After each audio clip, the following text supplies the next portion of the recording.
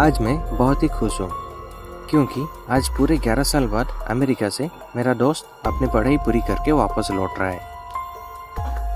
उसने भौतिक शास्त्र के विषय पर पीएचडी की हुई है। उसका मानना यह है कि दुनिया में जो भी कुछ हो रहा है उसके पीछे कहीं ना कहीं फिजिक्स छुपा हुआ है। खैर जो भी हो, पर इस कहानी में ऐसा तो क्या हुआ कि उसकी फिजिक्स भी काम नहीं आई। चलिए आज पूरी कहानी बताते हैं। जब वो अमेरिका से वापस आया तो सीधा मुझसे मिलने के लिए मेरे घर पे आ गया और आकर ही मुझसे गले मिल गया। मैं भी उसे देखकर बहुत खुश हो गया। मैंने बोला, अरे शिवम, अमेरिका से कब लौटा? मुझे बताया भी नहीं। आज ही लौटा हूँ। तुम्हें सरप्राइज देना चाहता था, इसीलिए मैंने तुम्हें नहीं बताया। और बता, क्या हाल चाल है? घर में सब कैसे हैं? मैंने कहा सब बढ़िया है और घर में भी सब कुछ अच्छा है। तू बता, तू कैसा है?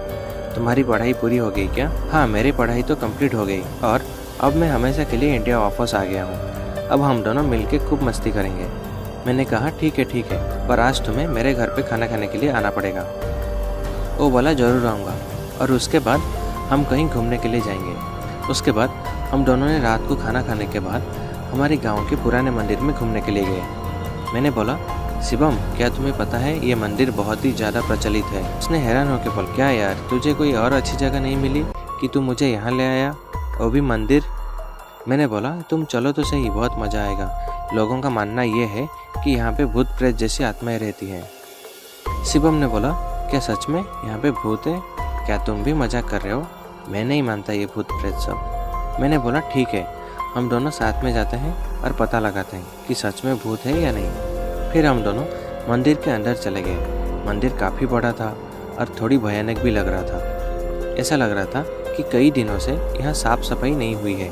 फिर हमने मंदिर के पुजारी से बात की। पंडित जी, हमने सुना है कि यहाँ आसपास कोई भूत का निवास है, क्या ये बात सही है?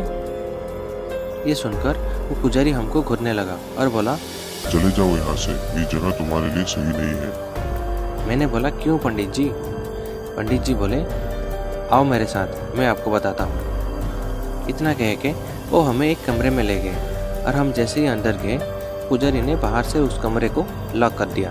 ये देखकर मैं और मेरा दोस्त शिवम घबरा गए। वहाँ पे अंदर जाके देखा तो हमारे तो होश ही उड़ गए। वहाँ उस रूम के अंदर कई सारे कंकड़ और हाड़ पिंजर पड़े थे और बहुत ज़्यादा गंदी बांस आ रही थी। उतने में ही पीछे से दो बड़े और भयानक दिखने वाले आदमी आए। उन्हें देखकर ऐसा लग रहा था कि वो कोई साधारण इंसान नहीं, बल्कि मांस और खून पीने वाले नरभक्षी हैं। ये सब देखकर हम बहुत ही डर गए। हमने तो मान लिया था कि अब हम जिंदा नहीं बचेंगे। फिर उन दोनों ने हमें कस के पकड़ा और हमको एक कोने में ले गए। फिर हम दोनों बहुत चिल्लाए, लेकिन कोई बचाने के लिए नहीं आया। इतने में ही वो पंडित जी एक बड़ी चमत्कारिक तलवार लेकर हमारे रूम में आए। फिर उन तीनों ने रूम में आग लगा के मंत्रोच्चार करना शुरू कर दिया। हमने ये सब देखकर डर के मारे और ज़्यादा जोर से चिल्लाने लगे थे। ठीक उसी समय किसी ने बाहर से हमारे रूम का दरवाज़ा खटखटाया। दरवाजे की खटखटाहट सुनकर उन तीनों ने रूम की आग बुझा दी और दूसरे कमरे में चले गए। हमने तुरंत ही उठकर उस रूम का दरवाज़ा खोल दिया। दरवाजे के सामने उस मंदिर की ट्रस्ट और आसपास के रहने वाले लोग खड़े थे। हम कुछ बोले उससे पहले उन लोगों ने हमें धमकाना शुरू कर दिया। तुम दोनों कौन हो? यह मंदिर में चोरी करने के लिए आए हो? सच बताओ, वरना हम पुलिस को बुलाएंगे। हमने सब सच बता दिया, लेकिन उन लोगों को हमारी बातों पे भरोसा नहीं हो रहा था, बल्कि उल्टा हमें डांटने लगे। तुम दोनों क्या बोल रहे हो? नशा करके आए हो क्या? ये मंदिर कई सालों पहले खंडर हो चुका है। यहाँ कोई पुजारी नहीं है। अब चलो यहाँ से, वरना हम पुलिस को बुलाएंगे। ये सुनकर हमारे तो होश ही उड़ गए, क्योंकि हमने अभी तक जो देखा वो कोई इंसान नहीं, बल्कि उनके प्रेत आत्माएं थी। हम तुरंत ही उस मंदिर से बाहर निकल गए। बाहर निकलते समय मैंने मंदिर की खिड़की से अंदर देखा तो वो तीनों वहीं पे मौजूद थे और मुझे देखकर हंस रहे थे। आज भी अगर मैं उसके बारे में सोचता हूँ तो मेरा हृदय डर के मारे कांपने लगता है।